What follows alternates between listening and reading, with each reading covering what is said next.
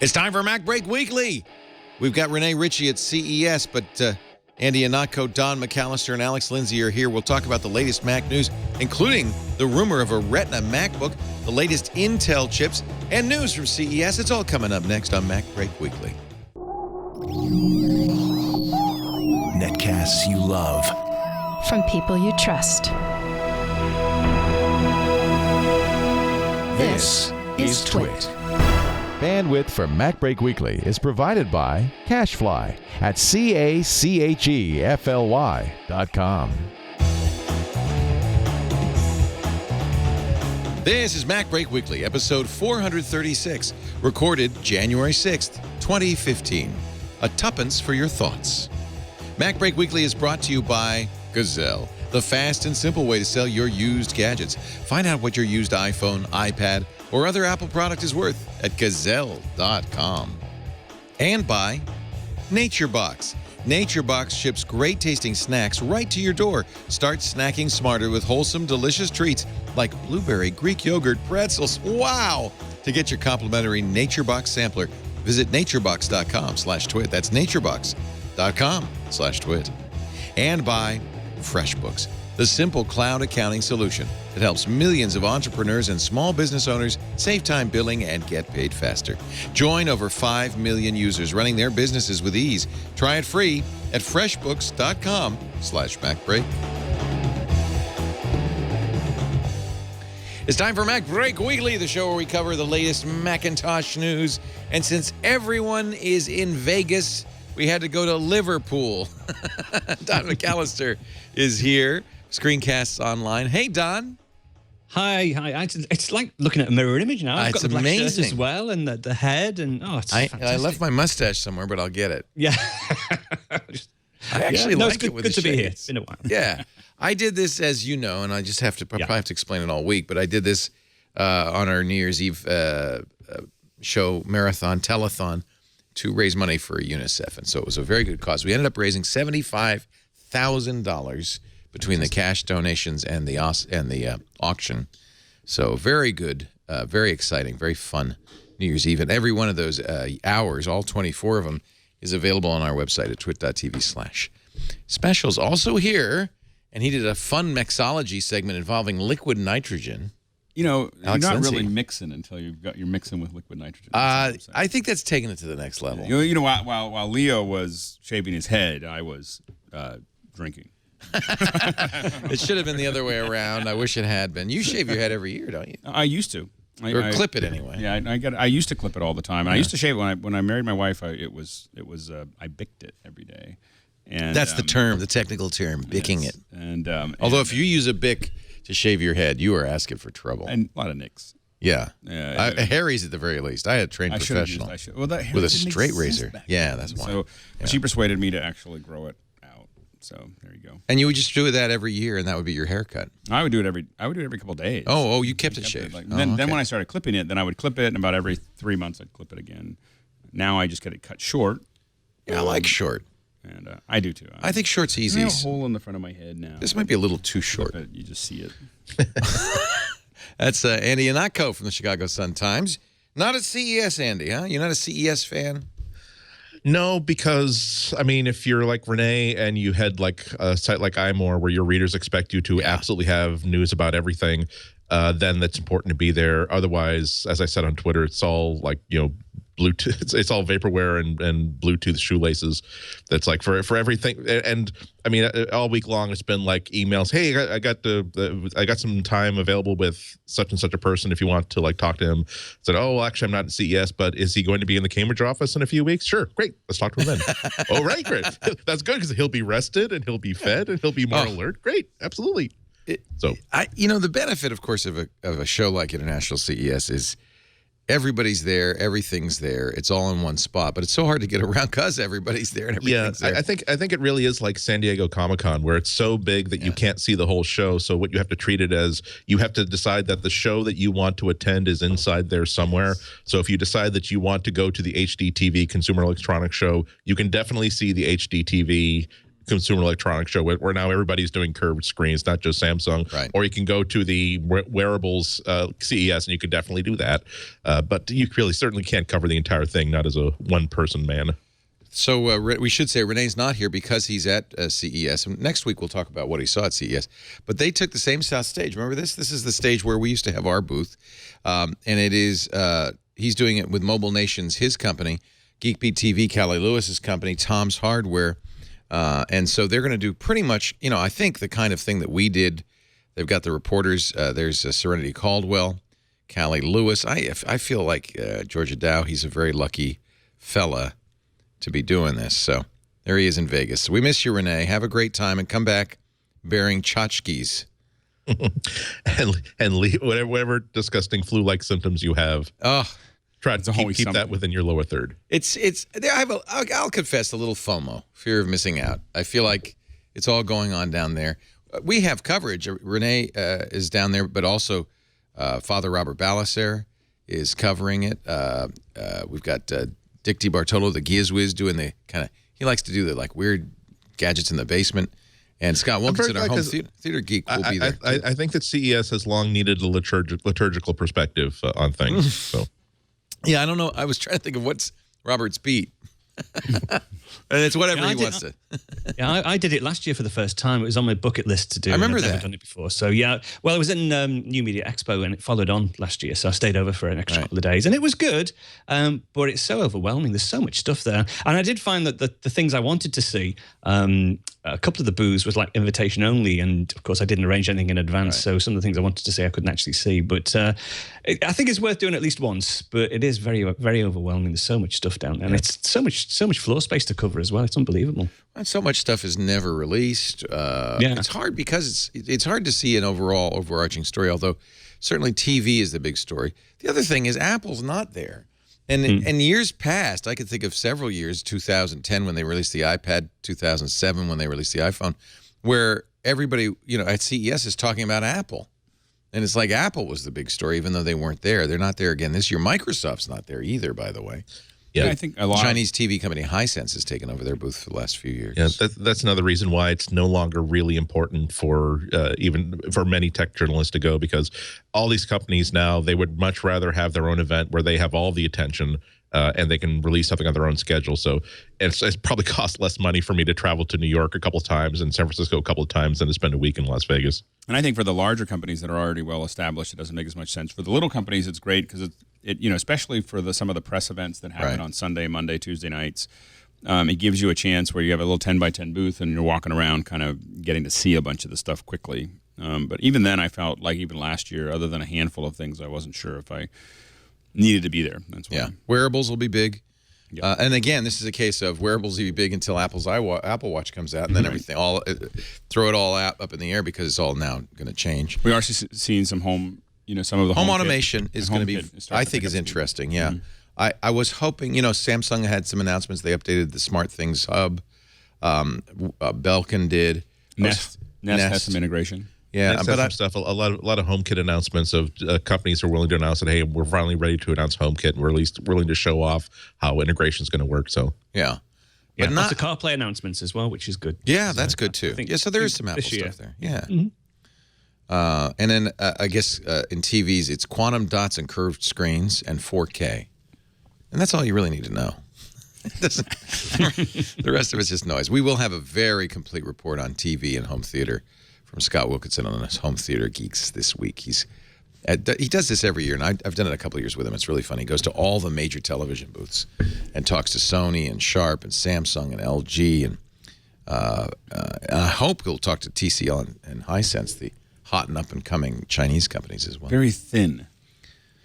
Thin is, you always say thin. It's like an iPad. Have there ever been a thicker iPad? It started looking like impossibly thin. I mean, did you see the Sony? They said it's thinner than the iPhone. Golly. Wow. That's thin. Golly. Well, here's a big story from Mark Gurman, an exclusive on 9 to 5 Mac. Apple's next major Mac revealed, the radically new 12-inch MacBook Air. Take this with a grain of salt, although Gurman is extraordinarily well connected. He says sources within Apple who have used internal prototype versions of the upcoming computer have provided in-depth details. These are artists' renditions on the webpage, and if you're watching video, on our video, of the revamped MacBook Air. But here's some of the facts. No longer will they have full-size USB ports, MagSafe connectors, and SD card slots. Markedly thinner and lighter with a higher resolution display.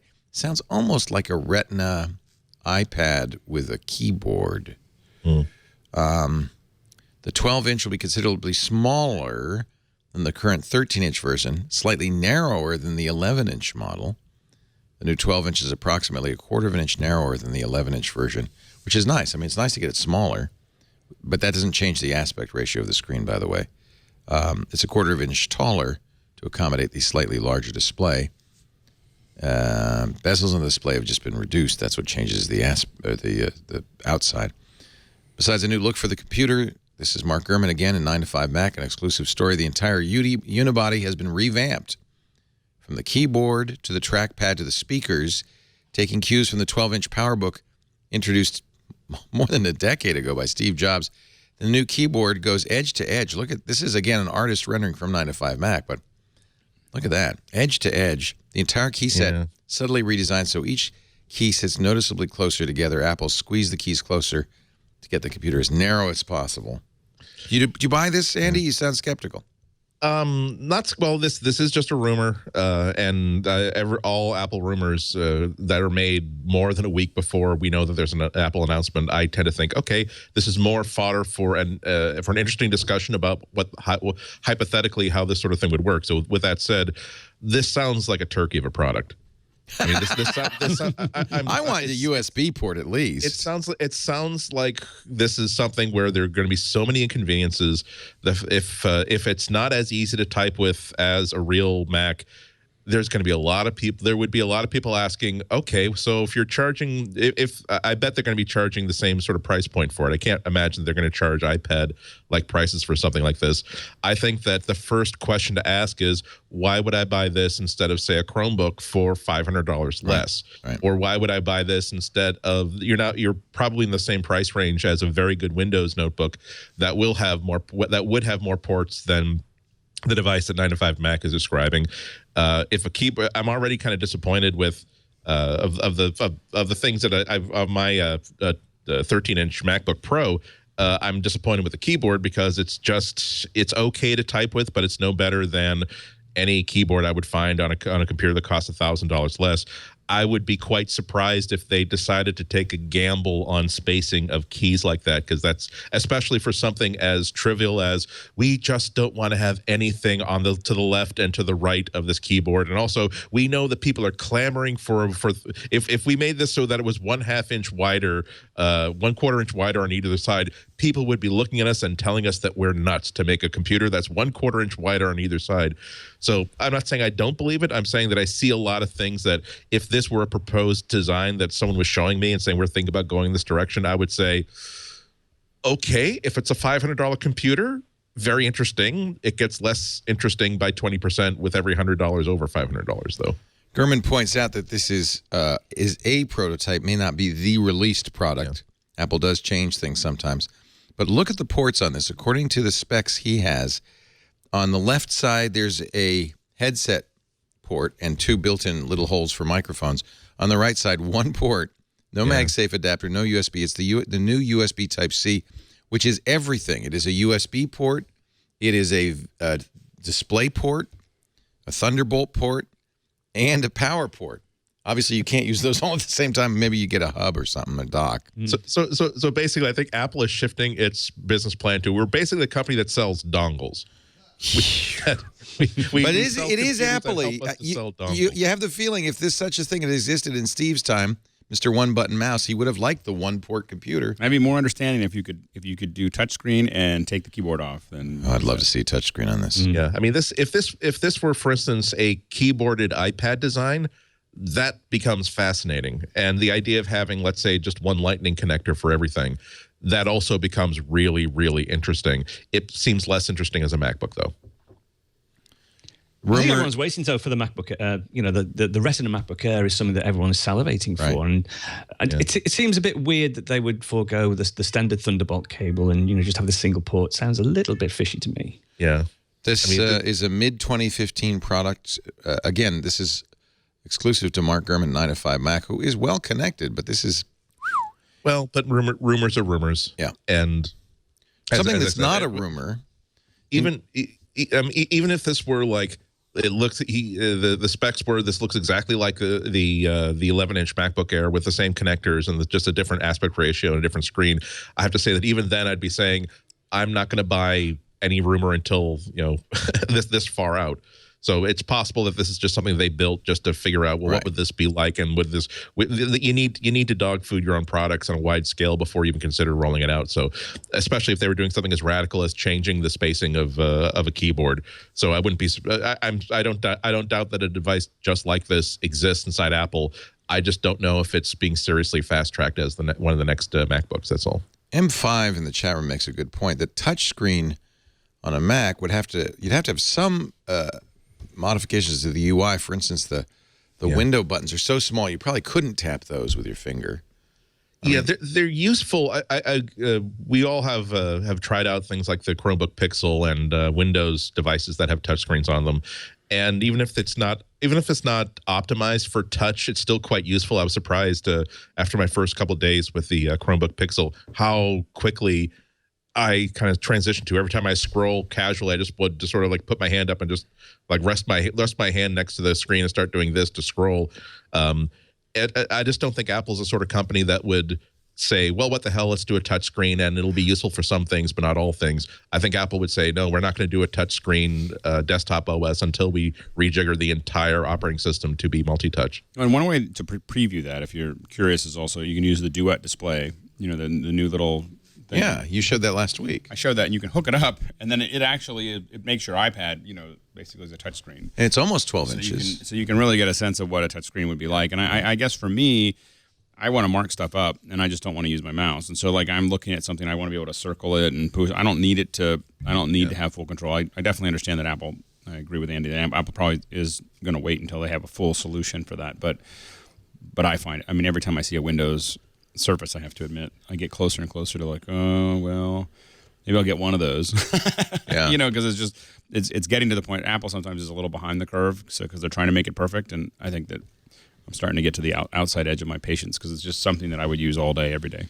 Someone in the chat room suggests that maybe this is making the Air more of a kind of more like an iPad, not quite a full service computer, but a extremely portable computer, and then maybe you would still want a MacBook Pro for the heavy-duty mobile computing, but I don't think people have that kind of money. I think if somebody's going to buy a laptop, they're going to buy one and only one laptop. I think you really have to be committed to the cloud. I have an 11-inch that I carry around, as well as my MacBook Pro, and I just find that it's not usable. It's too small. Yeah, I don't. Jason Snell loves his 11-inch, so. Yeah. I just find it hard to answer the question of what complaints do people who buy the 11-inch or the 13-inch MacBook Air have that will be solved by this design. I certainly see an explanation for why 11-inch and 13-inch customers would want a Retina screen, because especially with Yosemite, it looks so much better and so much more usable on a Retina display, and that's certainly where Apple wants to take all of their Macs. But I don't see I just don't hear people saying, if only this were even narrower, if only this were even thinner. So it's... Yeah, but we didn't say about the iPad. They did that too. But Apple seems to fetishize thinness. They absolutely do that, and sometimes I think at their own cost. But the difference is that they could make the iPad thinner without changing one iota of the experience of using this device, or the actual tactile experience of using like the actual software, because the screen is still there. The screen is still it's still made of hard glass. They didn't make it like the texture of chicken feathers or anything like that. Whereas if they were to make sacrifices, like saying it's so important to make this the narrowest MacBook ever and the thinnest MacBook ever, that we're going to make every single keystroke feel like you're just sort of suggesting what letter you would like the Mac to sort of maybe put into that window.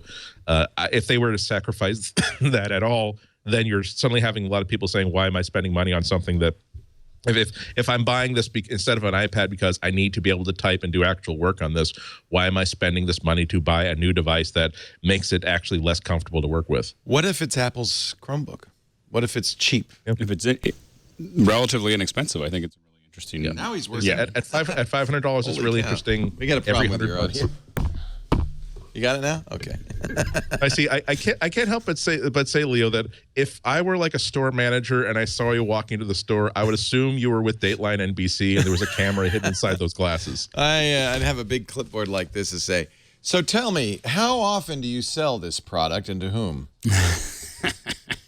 Yeah.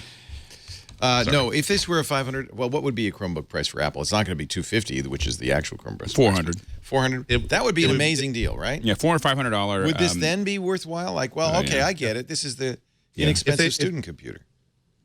I'm sorry, Don, you were about to say? I'm sorry. If they were pricing this like an iPad, then yeah, this would be an incredible device. If they were trying to tell customers that we know there are a lot of people who are buying iPads and using it in ways that iPads are not intended to be used for. This is why we are giving you this $599 entry-level MacBook, and also a way to make the Mac more affordable for the general population. That would be fantastic. That would be worth whatever a bunch of sacrifices in design. But again, I just have a hard time imagining this right now. Now, one thing that's not imaginary or rumor or fiction is the new Intel chips. And traditionally, when Intel comes out with new chips, Apple is really, really quite quickly ready to jump on it. In this case, Intel showed these new Broadwell processors with Dell computers, not Apple computers. So Dell has jumped on it. A lot of people have been waiting for Broadwell. It's actually delayed. It was supposed to be out, I think, September. 14 nanometers. That's kind of unbelievably tiny. That's down from 22 nanometers. Impossibly thin. On the Haswells. 14, I don't know. You're getting close to 0 now. I don't know how low you can go.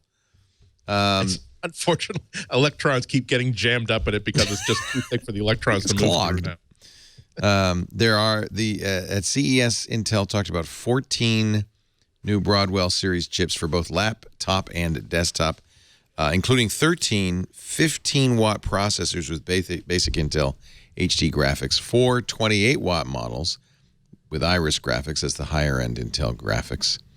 i5 and i7, although this is 5th generation now. This is the new generation. And there are some mid-range i3, less expensive i3 variants, although Intel also announced new Adams, lower-end Pentium, and Celeron series chips, too. So there's a very wide range of pricing. All of these so far are dual-core, not quad-core. And Iris Pro, the highest-end motherboard graphic on-chip graphics set, is not yet available until the middle of the year. Oh, middle of the year. This is a tick or a talk? I think this is a tick. So small performance boost, but amazing process reduction. The reason that's important, 14 nanometers, is it means it uses less power, less heat, and it's so more efficient. Yeah. So not much faster. Intel saying 4% boost in productivity-oriented applications, according to Sysmark. So it's a tiny boost in power, in performance, but an incredible boost, I'm sure, in energy savings. Yeah. It's interesting when you have new chips that don't just make things faster, but enable a whole new category of devices to come out.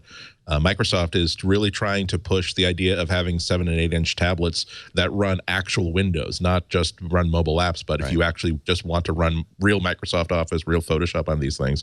And that's certainly going to help both those things out. And here's an interesting piece from the Intel press release. These machines will have fewer wires. Broadwell chips will support a variety of technologies that eliminate the need for cables and ports, including Intel wireless gigabit docking and the next generation of Intel's wireless display technology, which can support 4K with these 5th generation processes. And that might be more what we're talking about seeing with with our 12-inch. Yeah. And I do think that, there was someone mentioned in the chat room the sensitivity to USB. I mean, I think that USB has been compromised security-wise. Thunderbolt might be compromised as well. And so, connecting hardware to your computer may be something that we do less and less. Yeah. You're talking about the security researcher who claims he rewrote the firmware on a Macintosh through Thunderbolt. Wow. That's concerning. And says most Intel Thunderbolt Macs are vulnerable. He was speaking at the Chaos Computer Congress in Hamburg, It's a hack that rewrites the Mac's firmware using a Thunderbolt device with attack code in an option ROM. He calls this, because it's very important these days to have a good name for your exploit if you want coverage, Thunderstrike. We need that. We need like an echo there. Thunderstrike. So that's extremely bad news. Well, especially because it looked like Thunderbolt was going to be something that was a little safer than USB, which I think is on its way to being horribly I compromised. think direct memory access, which is the real problem. Right. It says you can access memory through a cable. You probably are in trouble. Once installed, Thunderstrike firmware cannot be removed because it replaces the Apple key, which means further firmware updates will be denied unless signed by the attacker's private key. The hacked firmware can also replicate by copying itself to option ROMs and other Thunderbolt devices connected to the compromised Mac during a restart. These devices continue to work just normally, so you don't know they've been modified. But, of course, it does require physical access to your Mac. You actually have to plug. But, that's what this bad USB required physical access to a USB port. Right. So there you go. Something to look forward to. Thunderstrike, coming soon to a CPU near you. Andy Ihnatko is here. Renee Ritchie from Liverpool. Don McAllister. Renee Ritchie's not here. In his place. I don't know why. That's automatic. In his place, Don McAllister from Liverpool, England, the creator of Screencasts Online. And he cruises late. They're not going to do Mac Mania anymore.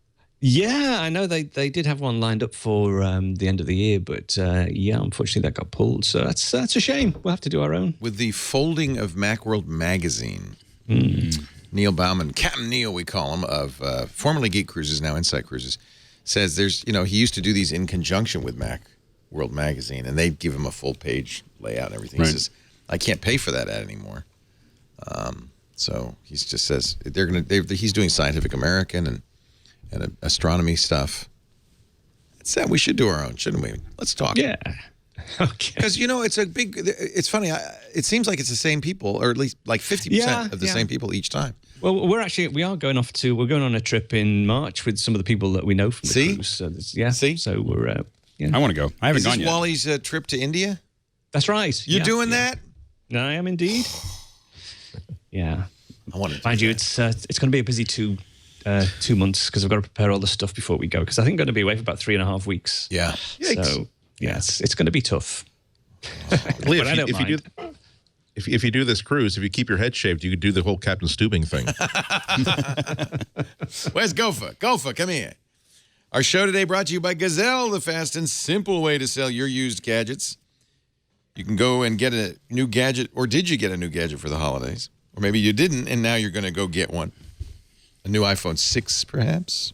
Gazelle will buy that old iPhone. Or maybe you're getting the new Galaxy Note, and you want to get rid of your old Galaxy, or your old iPad or MacBook. Trading in your old devices after the holidays is like getting a second gift. They'll pay you cash. And, by the way, if you've wondered what happens to those devices you sell, well, the very best of them, the creme de la creme, will be available from Gazelle. They're now selling certified pre-owned iPhones, Samsung Galaxy phones, iPads, directly from Gazelle. Great solution. If you've lost your phone, maybe you broke it, get a certified pre-owned device, you'll be able to save a lot of money and get a replacement that is as good as, probably better, than your original. Visit Gazelle.com to see what devices they have. They're in 2 conditions: certified like new and certified good. Certified good devices, they'll show some gentle signs of wear, but you'll save even more money, and it'll be a great device and a great price. And both certified like new and certified good have been put through a rigorous 30-point inspection to make sure they're fully functional. And, of course, they're backed by a 30-day risk-free return policy. Sell your stuff, buy new stuff, Gazelle.com. It's a one-stop shop now. In fact, if you forget to wipe your data, they're so good. They will wipe it for you. They will send you a check, a PayPal credit, or if you get the Amazon gift card, you'll get 5% additional. It's like there's cash sitting in your drawers and you're just ignoring it. It's just gathering dust. What's your iPhone worth? Ready to trade it in? Go to Gazelle.com. By the way, those prices that they quote you are locked in for 30 days when you sell a device, and that's nice. It gives you time to think. Gazelle.com. We thank them so much for making a great service and for supporting MacBreak Weekly. Did y'all read Marco Arment's piece on Marco.org? Marco is, of course, the creator of Instapaper. He was the first programmer at Tumblr. Made some money when Tumblr got sold to Yahoo, and has been just kind of, I think, become he's been thinking. He's become kind of the grand philosopher of the Mac world. He's also still a developer. In fact, his Overcast podcast program is quite good, quite as you would expect from Marco, quite beautiful. But he wrote a piece on his website. He's actually since said, I kind of regret it. Apple has lost the functional high ground. I suppose before I read this piece from January 4th, I should read the piece he wrote the next day. What it's like to be way too popular for a day. He says people misquoted him. His words were everywhere, chopped up and twisted by sensational opportunists to fuel the tired Apple is doomed narrative with my name on it. Marco, welcome to the club. I wrote a little piece about Android last year that... we've all been there. But Marco, I'll tell you why it's important. And the same thing with you, Andy. Marco is so firmly, associated with the Apple name. In summary, what he wrote was, I think, not completely wrong, which is that Apple has become more of a marketing-driven company, and because of that, software quality has suffered. He says hardware is just as good as ever, but the software quality has suffered particularly because he believes marketing has demanded every year a new OS X, every year a new iOS. And they just, having a major new release every year, he writes, is clearly impossible for the engineering teams to keep up with while maintaining quality. They're doing too much with unrealistic deadlines, and he blames marketing. I fear that Apple's leadership doesn't realize quite how badly and deeply their software flaws have damaged their reputation, because if they realized it, they'd make serious changes that don't appear to be happening. Instead, the opposite appears to be happening. The pace of rapid updates on multiple product lines seems to be expanding and accelerating. Comments? I don't necessarily completely disagree. I feel like the last truly stable version of OS X was 10.8.6. I think that it's been Mavericks was, I think, almost unusable in my opinion from a production perspective, and Yosemite is better. But we just saw so many problems, and we continue to see problems with it. And I just feel like there's just an enormous number of features being added, which is fine. But I would love to see Apple not release a new operating system other than just incremental upgrades to fix everything for a couple of years. I think a couple of years would be great to kind of solve a lot of these issues. I don't need any new features in OS X. I think that's the problem. I think that all the stuff they're adding is great. I'm really glad that they're doing that, but what I really need is for my computer to, work every time I open it. It's interesting. There's been a number of comments on this article. Here's one from a former Apple engineer. Apple changed its software design technology. So with Bertrand, they would move in giant monolithic releases. Sometimes, what is the name for this? It's like building a house. You put all these pieces in, and you hope at the end you get a stable house. He said every group would just dump in whatever they had ready, and the whole thing would get released with nightly builds. He says with Snow Leopard in particular, I remember 36 releases in a row where Xcode was unusable due to Objective-C garbage collection issues. Random stuff you didn't expect, like core graphics, would have showstopper issues, and then we'd report it, and it would get fixed by next week. But this resulted in extremely late releases that had a ton of bugs that we piled patches onto as time went on. Under Federighi, and this was part of the reorganization Tim Cook did last year, Federighi moved the organization into a sprint system. And this is in most modern software development, I think, is now, instead of, they call this old style the waterfall system, where everything cascades until you have a final product. The sprint system, you'd work on new features for 2 weeks, spend a week fixing bugs, and then you do this inside, you repeat. He said after 10 or 12 or 16 of these cycles, we deem it ready and ship it out. But he does say the time frame is a lot shorter than it used to be. He says Tiger and Leopard had a good 2 years to mature and get patches, while their delayed successors missed target dates. They felt stable because they were just old, sort of like Debian stable. I'm going to channel Rene Ritchie here, who would say right now at this point, well, yeah, but let's not forget System 7, System 9. I mean, it's Apple's always had. I mean, software's buggy. Microsoft's having the same problems right now with Windows 8. Yeah, and there have been a lot of showstoppers. Remember the bug? I forget what was it. 8 or 9, no 9.1 or something, where under the right circumstances you could lose your entire hard drive, and that was on like a shipping consumer release version of the OS. I mean, Apple has always had certain, wax and wane periods. I think that the most significant change that I can see is that people are starting to appreciate that Apple is just a tech company, that they're not, Zeus did not storm the ground and then fully formed out of his forehead plopped the Apple Cupertino campus, and everything that they do is holy and correct. That they are a company with a lot of moving parts, that they can sometimes those parts mesh very, very nicely, and the machine works perfectly. Sometimes they don't mesh well, and sometimes things get out of the campus that aren't really fully formed. Just like pretty much every other tech company.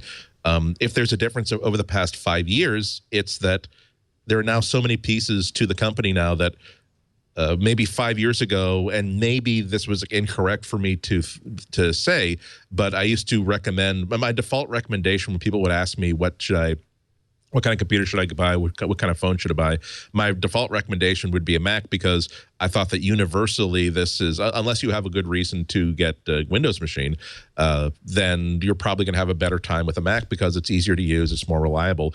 In that time, however, competitors have created hardware and software that isn't quite as good, but it's good enough that it can be the decision can be influenced by other factors.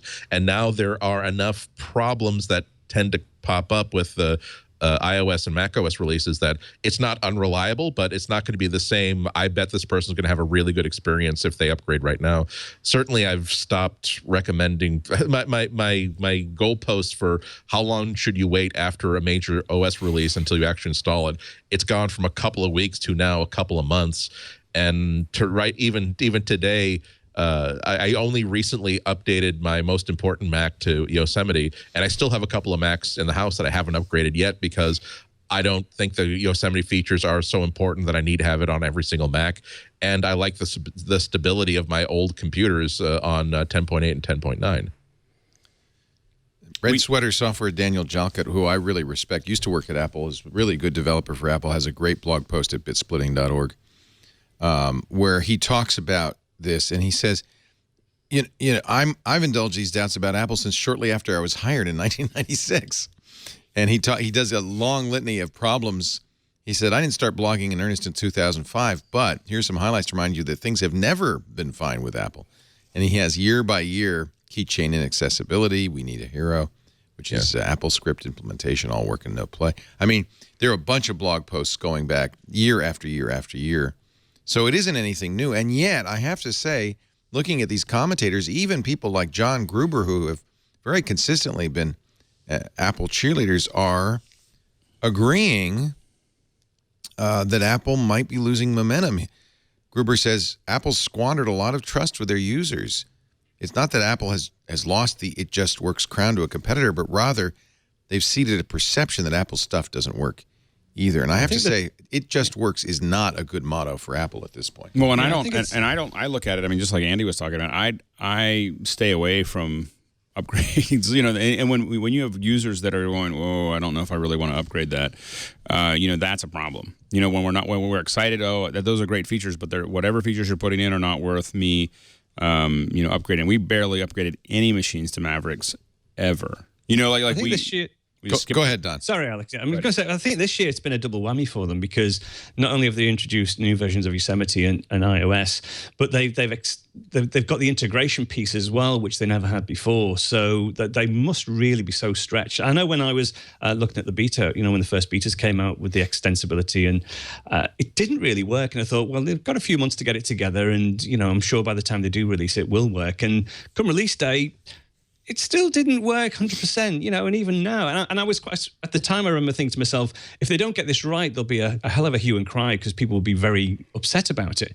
But it's been released. It doesn't quite work as we thought it would, or at least functionally it works as it should, but the reliability isn't there all the time.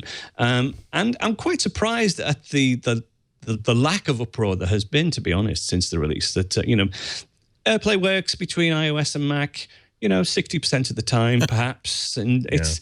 And I sort of keep waiting for them to bring out an update that will fix everything. And, I'm still sort of waiting for that. I mean, I was badly bitten by iOS 8. I got the 6 Plus, went on holiday, and was at the 801 or the 802 release that actually, knocked out cellular.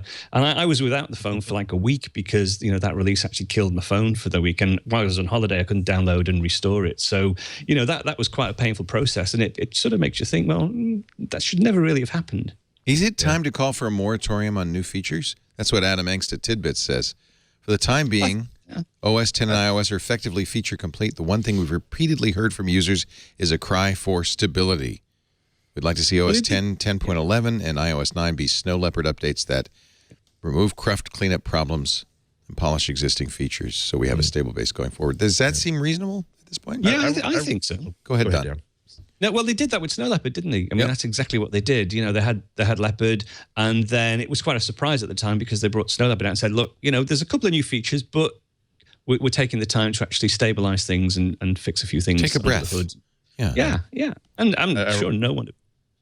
I remember my briefing on it, and it was 45 minutes, and the entire thing was just, here's what we changed to this infrastructure, and here's how we changed this system, and you're not going to see much like that's user-facing, but here's everything. Here's a little tweak that we did that fixes something, and here's everything we had to do to make that work. And I think that, I don't know if Apple should feature lock macOS for the time being. I do think that maybe it's time to get rid of their macOS. We have to have an update out the door every single year, and we have to have things to show off at WWDC. I think it might behoove them to, especially at the scale at which Apple is operating, to move to more of like a Google sort of developer keynote thing or an Adobe thing where they will say, here's something that we're working on in our labs, and here's where we're considering the best way to put this into the operating system, or where it makes sense to do it, or if it's just an interesting idea for us to play with on our own. And it might take a year or 2 or 3 for it to actually show up in a release of Photoshop or Android. But at least they're showing that they're moving the things forward, and also they're training people not to think that we're going to show you something in July and we're going to ship it come hell or high water in September. Because among other things, I don't know if they're losing any sort of battles with users at this point, but I can't recall a time when Mac and iOS developers have been this dispirited about their relationship with Apple. They really are feeling quite beaten up about it. Wow. And over the past 4, 5, 6 months, the number of times I've had conversations with developers who said they don't believe that they're going to continue to be developing for Apple products and then sometime in the next 2 to 5 years, whether they feel as though they're going to be pushed out of the business by limitations that Apple is putting on them, or whether they just simply say that I've got skills that can be applied to a lot of different places, and it's just not as much fun and interesting to write for iOS and macOS as it was just 3 or 4 or 5 years ago. That's incredible. Even when Apple was doomed, there was a certain, we're going to go down with this ship, but we're going to continue to play our violins as best we can until the icy waters claim our lives. And now it's like, yeah, it's a good ship, and the next port is going to be really interesting, but I think we're good here. Let's just get the helicopter and let's just go. But kind of completely tangential. Did you see that when CNN was formed, when Ted Turner created CNN, yes, that he created a doomsday video? I don't think I saw that. The news story, and this came from someone who worked at CNN and had access to the entire library. And that oftentimes they will pre-write stories and put them like in the CMS and put them in like obituaries and stuff. So when Bob Hope dies, here's the package to run. Right. There's actually like a package that is labeled non-ironically that this is to be played at the end of the world, and you have to get authorization that, yes, the world is actually ending to play it. And it's a video of like a Marine band in a very pastoral place just playing Nearer My God to Thee. This is the last thing you would see. At standard definition, because that's when this package was put together. And the slug is HFR, hold for release until the end of the world. And I guess it would be, it's like if you've seen those science fiction movies, the alien race is about, you got 3 minutes left. You plunk this tape in and you go kiss your Kiss your wife. But now the problem is that while the angels of death with their flaming swords are reaving the souls of the unworthy, let's gather around the TV and listen to some public domain music. There's something both funny and kind of chilling that this exists. Maybe we'll play this for Apple. No, it's not time to give up on Apple. Although, if there were credible competition, Apple might be in more trouble. I have to admit that I switched from iOS to Android partly because of the kind of the slow. It's ironic because on the one hand you want the latest and neatest features, but on the other hand you want them to work. And I kind of gave up on iOS 8 and went to Android because there was solid competition. But I don't think there's any competition in desktop computing. No, I'm not going to Windows 8 or 10. I think that Apple can make these corrections right now. I think that they have the time. Not too late. There's no reason for them. I mean, I know they have an internal clock, but they're not losing. They're not going to lose market share. Right. If they took a year off and just worked on stability, I mean, they're not going to. This is the time. This is the time to do that. I think the thing as well with the problems that we're having with iOS 8 extensions and the interoperability between devices, it's frustrating, but it's not sort of. It's not so bad that it makes you want to throw the machine out the window. I mean, I'm fairly happy with Yosemite. It's fairly stable for me. I'm not. In fact, I don't think I have any problems with the OS itself, with everything that I run on it. It's fine. It's just the interoperability that doesn't seem to quite work properly. Right. But I just sort of say, oh well, there'll be a new, they'll fix it in a release sooner or later. And it's a frustration more than a really serious problem that I think I have between my devices. It should work as advertised. It doesn't completely, but hopefully they will fix it. But I think it's just a frustration. And to be honest, probably a lot of people don't really understand still that interoperability exists. So they've sort of got a bit of a pass on it until more people know about it, more sort of normal people, non-techie people. It does seem to be, if I scan the complaints, that it's usually people like Alex who are power users who are pushing the hardware to its limits, and developers who have had to struggle with iCloud. And I think it's also people who are kind of a princess and a pea. Like it's little things like my rotate doesn't work very well. It's a little pea. But I'm just saying that there are some people that I think my parents don't notice a lot of things that's not working when they're using their iPad or iPod. But I think they just think, well, that's the way the computer works. Rather than, it really, when I turn this, I really expect it to rotate exactly when I turn it. Or I expect, there's lots of little, weird bugs that seem to be going on in iOS 8, that I think just a lot of people might not be noticing either. But that's a tip off of a potential problem, because if ordinary people are saying, oh well, who cares if it rotate doesn't work immediately, and if there's this big feature in which I'm supposed to be able to share a photo between my desktop and my phone and it just works, and it doesn't work 40% of the time. Well, that's how computers work. That used to be a selling point of Apple, saying, well, yes, that's how computers work, but this is better than a computer. This is a Macintosh. Right. And so if this is why I come back to the idea of the perception of Apple as a more ordinary company than they might have been perceived as 5 years ago. And on another subject, by the way, maybe that's true, that we just thought we expect too much of Apple. They are just a company. Again, yeah. I mean, it's the only thing about all this. There's been a lot of there are a bunch of different articles. Michael Tsai has a really good post on his blog that shows excerpts of articles like this that people with Marco's credibility have been writing over the past year and a half, pointing out that this is not a brand new thing. No. This is a recurrent thing, but. If Apple, the only part of these commentaries that I've been really disagreeing with is saying, oh well, it's Craig Federighi. When Craig Federighi came on, or some other person, or Scott Forstall. When this other person came on board, right. when control of the user experience went to Johnny Ive's group, well, that's when things went south.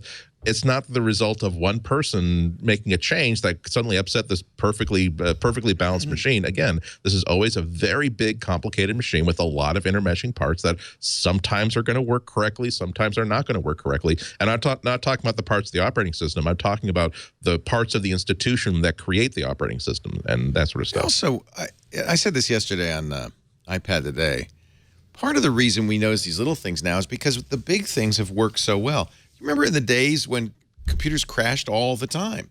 Yeah. Right? I mean, the big feature of OS 10 was that if it crashed, it didn't take all of it. Right. It would only take down one app and not the entire platform. And we were happy. We were so thrilled. It didn't matter to us that it doesn't have printing features yet. I just remember when you wanted to play Marathon, you had to restart your machine with Shift down to have all the extensions off, so that you, except for like one, so that you can. I think part of this comes from the fact that computing has become so good, and so stable that now the little things are more irritating because we expect that. Look at the iPad. I don't think my iPad has ever crashed. Programs force close sometimes, but I think that iPad, I probably never. You never reboot your iPad. It's rock solid. And so these little things like slow rotation, they're annoying, but they probably have always had things like that. We just didn't notice them because we were blue screening all the time. Well, we didn't have rotation. Rotation was a CRT, and it was a CRT, and it was really heavy. There's a reason why I started teaching myself the ukulele, and that's because I made the conscious decision that I'm spending a lot of time waiting for my machine to reboot after a crash. If I had something like knitting needles or like a model kit of an airplane or a musical instrument that I don't know how to play to simply pick up and work on during those 3.5-minute breaks I'm having every hour, I could actually have a skill at the end of the year, and that's no longer really the truth. Yeah, it's true. Both of iOS, OS 10, and frankly Windows. Software is better now than it was. Oh yeah. And so the little things are more annoying than they were. And Apple puts itself square in the bullseye by saying it just works. I mean, this has been their credo. This has been what their promise has been. And that is a hard thing to do. And I think that they would do better. I mean, I just keep on coming back to it. I just think they would do better to take some time off and get back to that rather than continuing to build on top of this, and just really take a step back. I think that's what Marco's as users, saying, too. As users are ready. He says, I was needlessly sensationalistic. I'm not saying Apple's doomed by any means. I'm just saying now's the time to take a step back and really and focus. Yeah, I think. Well, reading his follow-up piece, I think it's very, very familiar because when I wrote those pieces about my switching, that 3-parter about my switching to Android, and there's another piece that is maybe going to get some attention in the next 2 or 3 weeks, where you really have to choose your words extremely carefully. You cannot be the slightest bit casual, and sometimes you have to even be as blunt as to say, I am specifically not saying this. I am only saying this. Because there are people who are out there who just want to see just want more ammunition for whatever argument that they want to make, either pro-Apple or anti-Apple. And if they suddenly say, oh, well, look at this person who's always loved Apple stuff, and now even he says that Apple sucks. No, he's not saying Apple sucks. And he's even saying that I'm not saying it's not completely unreliable. You see, I've been right all along. Shut up. You're not saying the things that I said. You're saying the things that you want me to have said. Right. So, yeah, I mean, it's that I like that follow-up piece from Marco because it was just so familiar in my head. I did take that caution when I wrote those Android pieces, which is why I was able to say, y'all are crazy. I can point to every time you're even the people who are like Apple fans and say, oh, here are the fallacies in Andy's arguments. Say, no, I didn't say that at all. No, that's exactly here. I can cite you the page and the paragraph and the line in which I said explicitly not that. But it's really, really hard when you know that I need to light a match in a room that is filled with dynamite, and if I light that carelessly, bad things that don't intend to happen are going to happen. Yeah. Apple as a company is never above criticism or suggestions. We want them to be better. Nope. It's all constructive criticism. Yeah, I don't use I don't use iOS anymore, but I do use OS 10. And your users and the rest of your friends have created this place of love and safety. Yeah. We're just going to go around the room and talk about how your recent decisions have gotten us all concerned. I've written the letter. End of this meeting, I've written the letter, and I'm just going to read it to you now. We're going to take you to campus. There's a van outside that can take you to campus number 3 with a new management team. You're free to board that van or not, but for the meantime, I wish that you just simply sit and let those of us who love you talk about this. Yeah. Well, and I think it's also probably the days of loving a computer company or worse, a consumer electronic company are gone. Yeah. Come on. It's just, as you said, it's just a company. I mean, you people have love for a logo. You should not love the logo. You should love the things that a piece of technology can do for your life, including freeing up more time to spend on things that aren't related to technology. As I keep modifying the quote that Dave Sim had in an issue of Cerebus the Aardvark, saying Apple doesn't love you. Apple only wants your money. Right. And they also want to create. I think they're the one company where I'm sure they actually also want to create great products, and they also feel as though they have a mandate to improve people's lives by creating great products. But in the end, it's like they really they're really grateful you're buying their products. They're really grateful that you're really likely you had such a good time with their current product that you might buy their next product no matter what it is. But really, the act of love is when they see the money come from you to them.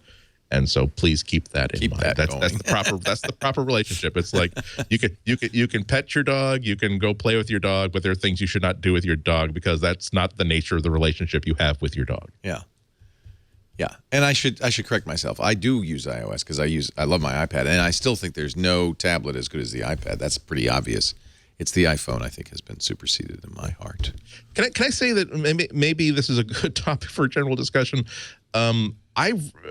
I find myself, I gave iOS 7 a chance. I've given iOS 8 a chance, iOS 7.1 a chance. I still just don't like this graphical redesign. I just can't get any love for it at all. Really? And I guess I've just gotten used to it. I hated it at first. I really did hate it at first. Yeah, see that was true with Yosemite, where I started to dislike it a lot less once I put it on my main machine and I started using it every single day. And I came to realize that a lot of my objections were just it's different as opposed to it's poorly designed or you don't like the design. With iOS though, boy, I'm now sort of at the point where one way or another, I have to choose what my next phone is going to be it an iPhone 6 or a Nexus 6 or another Android phone. And I have to say that my dislike of the flattened out redesign is a strong point in favor of making my next phone an Android phone. I just don't like it at all. Yeah. I've grown to like it. I think I didn't like it initially, but I find it quite more modern now, and I'm quite used to it. In fact, on the iPad, the last remaining app that I've been using, which hasn't had the makeover, was Tweetbot, and it just got to the point where I couldn't stand looking at Tweetbot anymore because it just looks so old. It does look old, doesn't it? Yeah, and they seem to have abandoned it. Dinosaur. Go back to the jazz age, Grandpa. I've gone to the official Twitter client now and given that a try, and that fits in with the the overall aesthetic, and I quite like it. That's pretty funny.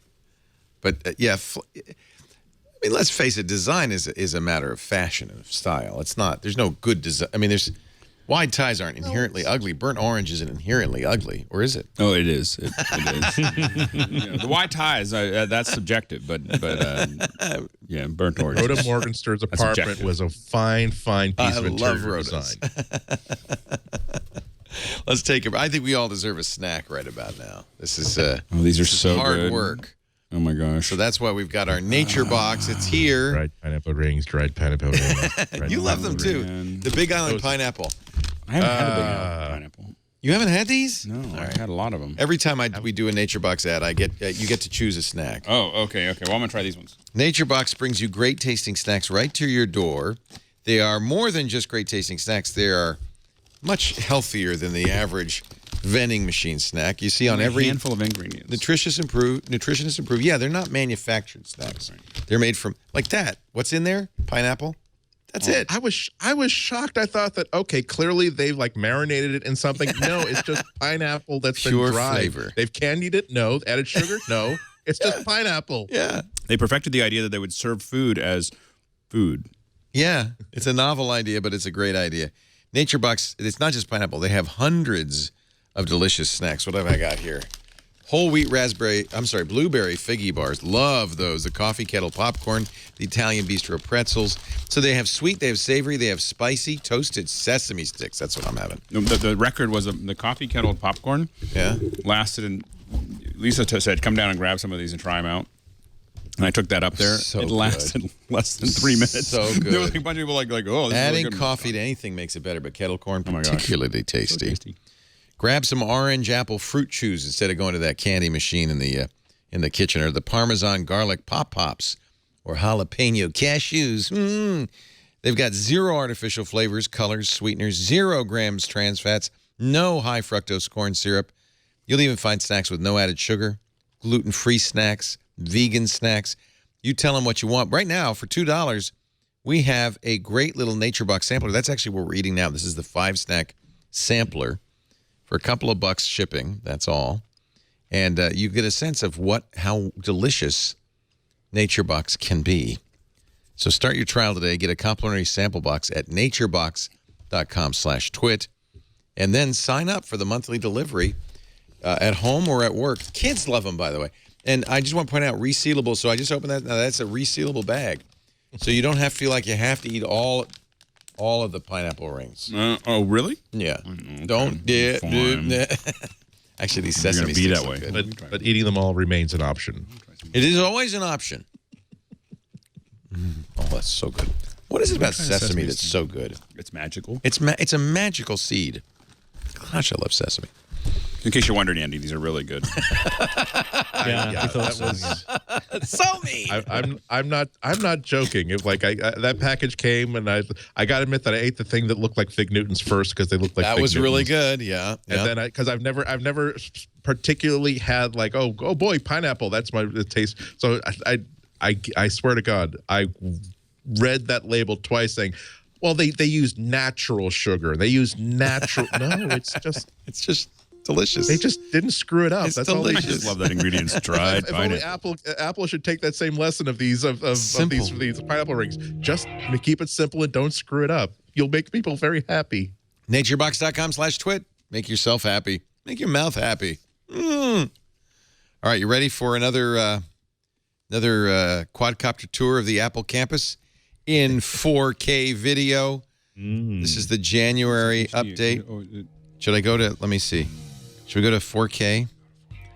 I don't know what it's going to look like. I mean, this isn't a 4K screen, and Give it a shot. people at home are watching it in 720p anyway, but all right, I'll Look at the clarity in that stuff. Oh, my God. It actually does look pretty good. Here we go. What are you looking at? Get rid of that. There you go. Here we go. This is the Circle campus, the Infinity campus. It's well underway. What you can do when you got $10 billion to spend on them. Nice. Nice. No bugs here. There's going to be a parking garage underneath. I'm sure, the landscaping will make this look beautiful, of course. I love the music. It's kind of James Bondy. Kind of George Lucas thing too. When I worked at Skywalker Ranch, almost all the you've been there, right? Yeah. Yeah, almost all the parking is all under the building. Yeah, smart. And that's a sylvan environment. You're like kind of in the woods. So are we looking back to one infinite loop? Is that what we're seeing? Or is he just showing off now with his quadcopter? It is a little smoggy in San Jose. I got to tell you, look at that 4K. Super crisp. There's another article somewhere about how they agreed to preserve a historic barn that was on the HP campus. Can you believe that? Crazy. And according to the article, they took it apart board by board, numbered every fastener, are rebuilding it near one of the athletic fields on the new campus, so that will now be a working tool shed. With pride saying for the first time in years, it will be a working barn once again, holding the fertilizer, the manganese. Carl Spackler will occasionally sleep there. And get ready, Don. Get ready, Don. How old is that historic barn? It's like 80 years old. Ooh. Well, for California kids. In America, we don't have anything. we're late bloomers. Old. What would historic be in Liverpool? Like Entire housing estates that are older than that. Yeah, I know. Yeah. And they're definitely not historic. Yeah, well, I went past my brother's just moved, went past a house and had 1719 up on the door. Yeah. So, there's That one's getting on a little. You guys park your cars on top of the final resting places of 600-year-old kings. This is all old hats. Do we dig up King Richard III or just go, we got a schedule? He's in a car park. We don't, We got plenty of kings and plenty of churches. We can deal with this. So there it is. That's the, I think we're still a couple of years off. I think we're going to get invited for a tour. I want to, that's what, I'll tell you. Well, there's the new theater, isn't there? Yeah, that's where they're going to have all the events from now on. If I have any sadness about being kind of somehow off the list, I'm not going to use the B word, banned word, but somehow off the list is that I won't get to visit this. Thank you, Mayith, or whoever that is, for doing this. You can visit the campus. Just go visit thrift stores until you acquire an entire Domino's uniform. Fit a pizza box with an array of GoPro cameras. Candygram. Fake mustache. Well, especially now that you shaved your head, because your signature locks are gone. They won't recognize you. You know what? I feel really bad. I realized that I had to update my passport because it's going to expire, and I'm going on a trip in June. I saw that. And so I have to get it now because I'm going on a trip in a few months. And, it takes a few months to do this. You don't have to do it in a few months. You can do it in a couple days. You can for a lot of money. And I thought, well, I had the application already. And then I went in to get my picture, and I realized, oh, my God, I have no hair. So my passport picture is going to look like this. You think I'll be able to get...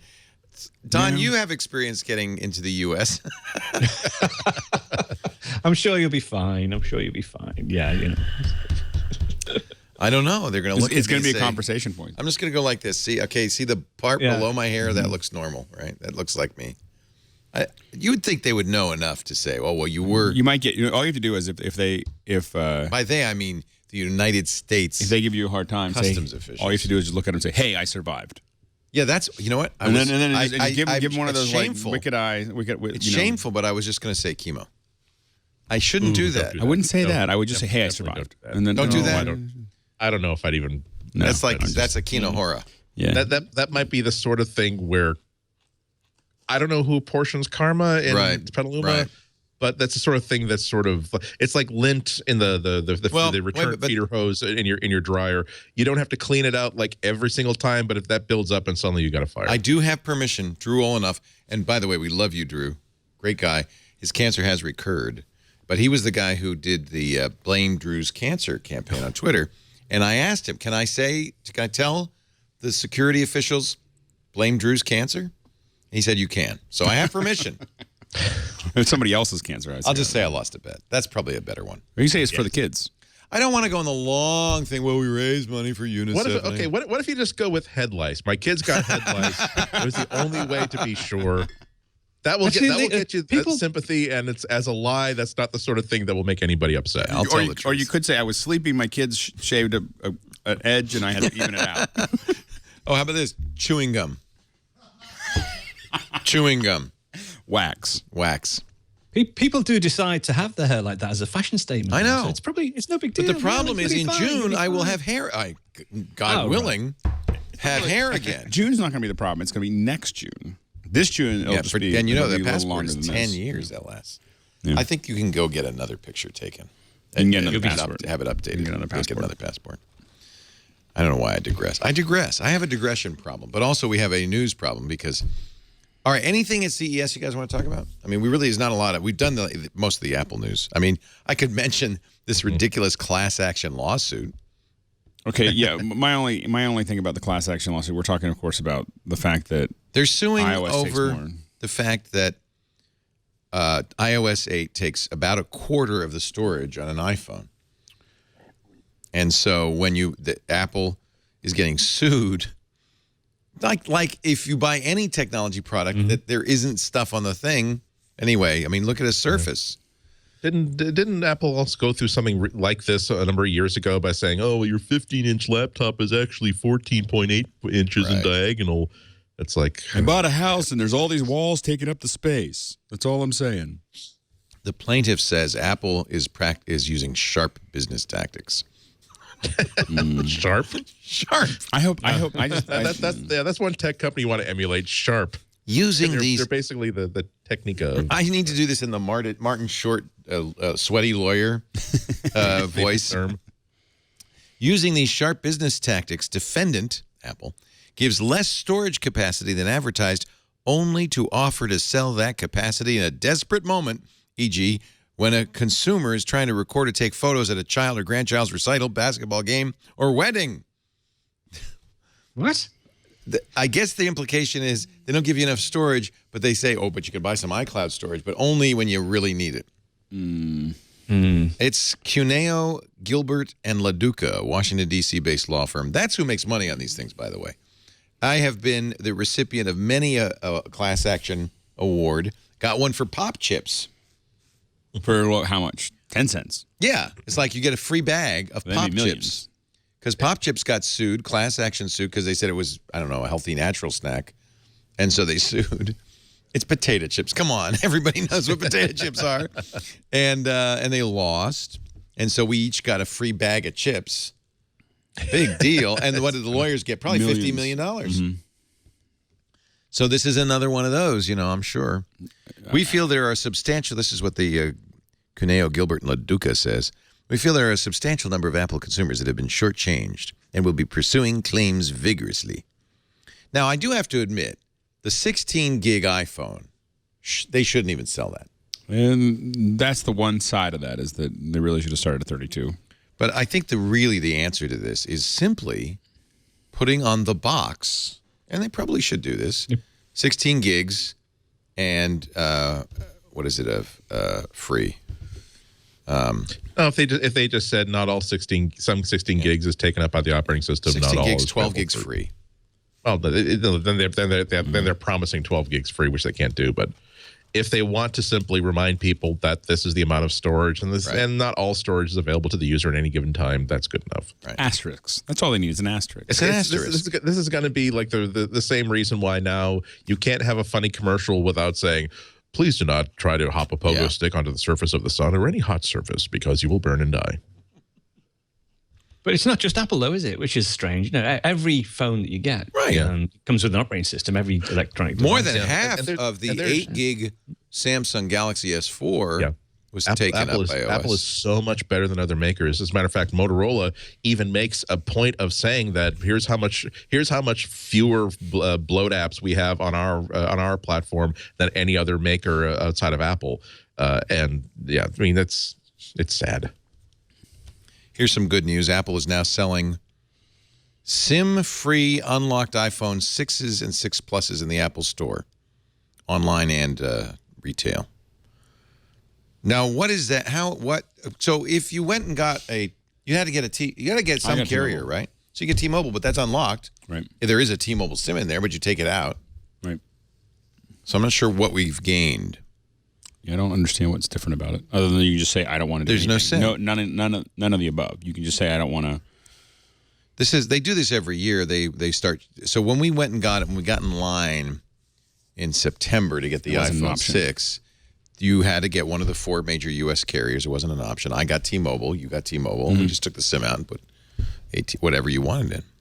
Yeah, I mean, they've always had those in the UK since. I think they have to. Yeah, well, since the iPhone launched, I think it's always been. I've always bought a SIM-free version and just keep popping the same SIM and staying with the same carrier. How do you use the T-Mobile? Me? For my iPhone? Actually, my iPhone's a Verizon. The only time I'm excited about, I'm sorry, but the only time I'm excited about having T-Mobile is when I'm overseas. I got the international plan, and it's like, you have free data in Turkey. Awesome. I'm like, this is amazing. And then I come home, and I'm like, I can't get any reception. Oh, no. T-Mobile in Petaluma. It's good. I was getting 20 megs down, 15 megs up. And T-Mobile, because no one else is using it. Yeah. But you get into the city or DC, but there are a lot of places you go. Yeah, everywhere I try. Right. I don't know where it's really good other than Petaluma. I have T-Mobile. I'm just getting ready to get rid of it.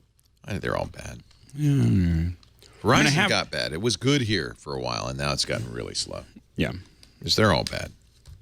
So there you go. If you want a unsubsidized, unlocked don't give in to iPhone without any SIM in it, you can now get it at Apple.